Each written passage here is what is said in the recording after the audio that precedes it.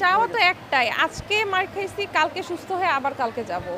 কালকে আমি আবার যাব। যদি আজকে আমাকে রিলিজ করে দিত আমি হয়তো আজকেই চলে যেতাম, কিন্তু যেহেতু আজকে সম্ভব না, কালকে রিলিজ করে দিলে কালকে যদি আন্দোলন হয় কালকে আমি আবার যাব। কারণ যে দাবির জন্য মার খেয়েছি সেই দাবি তো আমি ছাড়বো না, সেই দাবি তো আমি কোনোভাবেই ছাড়বো না। দরকার হলে রক্ত দিয়ে মানে নিজেকে সব শেষ করে দিব, কিন্তু আমি তো এই দাবি ছাড়বো না। কালকে আমি আবার যাব। ইভেন আমার ফ্যামিলিও আমাকে সাপোর্ট করছে। আমার আব্বু আমাকে বারবার বলছে যে এই সব ছোটোখাটো বিষয় হইতেই থাকে, এগুলো কোনো বিষয় না। আমার মাথায় হাত বোলা এটাই বলে গেছে। সে এটাই বলছে যে এগুলো কোনো বিষয় না। আমার বোন পায়ে এত আঘাত পেয়েছে, সে হাঁটতে পারতেছে না, করতে থাকে যে আপু আমাকে মেরে ফেললো, আমাকে বাঁচা। তো আমি ওকে এভাবে জাপটে ধরতে যাই, ওকে জাপটে ধরতে গিয়ে দেখি যে একটা ভাইয়া ওইখানে হচ্ছে আরেকটা আপুর উপরে এভাবে পড়ে আছে। কারণ ওই আপুটা হচ্ছে পুরাটা মাটির উপর শোয়ানো, মানে ও সেন্সলেস। ওই আপুটাকে মারতেছিল, তাকে বাঁচানোর জন্য ওই ভাইয়াটা হচ্ছে ওই আপুর গায়ের উপর পড়ছে। সেই ভাইয়াটার রক্তই যে আমার গায়ের উপর লেগে আছে। সেই ভাইয়াটাকে মানে পুরো মাথা তার থেতলে গেছে বলা যায় ওই অবস্থায়।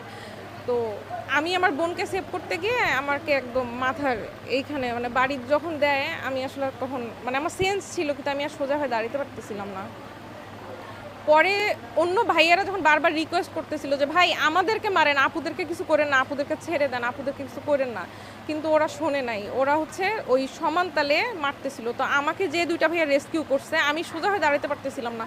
ওরা আমাকে কোনো রকমের পাজা কোলে নিয়ে উল্টা পাশে ছেঁচড়ে আমাকে হচ্ছে নিরাপদে নিয়ে যাওয়ার চেষ্টা করতেছিল। ওই ভাইয়া দুইটাকেও মানে সমানে মারতেছিল। আপনি ভিডিও দেখলে দেখবেন যে ওইখানে ওই ভাইয়াগুলো কাঁদতেছিল রীতিমতো যে আপুকে কিছু করেন না। ওই ভাইয়াগুলোকে মানে এমনভাবে মারছে, তো ওরা হাঁটতে পারতেছিল না, কিন্তু কোনো রকমে আমাকে টেনে যখন নিয়ে গেছে, তো ঢাকা ভার্সিটি ক্লাবের ওখানে নিয়ে যাওয়ার পরে অনেক রিকোয়েস্ট করে ওদের গেট খোলা মানে খোলাইছে। ওরা গেট লক করা ছিল, গেট খোলানোর পরে ওখানে আমাকে ঢোকাইছে। তো তখন হচ্ছে আমার খুব শ্বাসকষ্ট হচ্ছিল, আমি মানে আমার সেন্সও ছিল না। তো ওই মুহূর্তে দেখলাম যে ওই ভাইয়া দুইটা হাঁটু ভেঙে বসে পড়ছে, মানে ওনাদেরও আর দাঁড়ানোর কোনো অবস্থা নেই।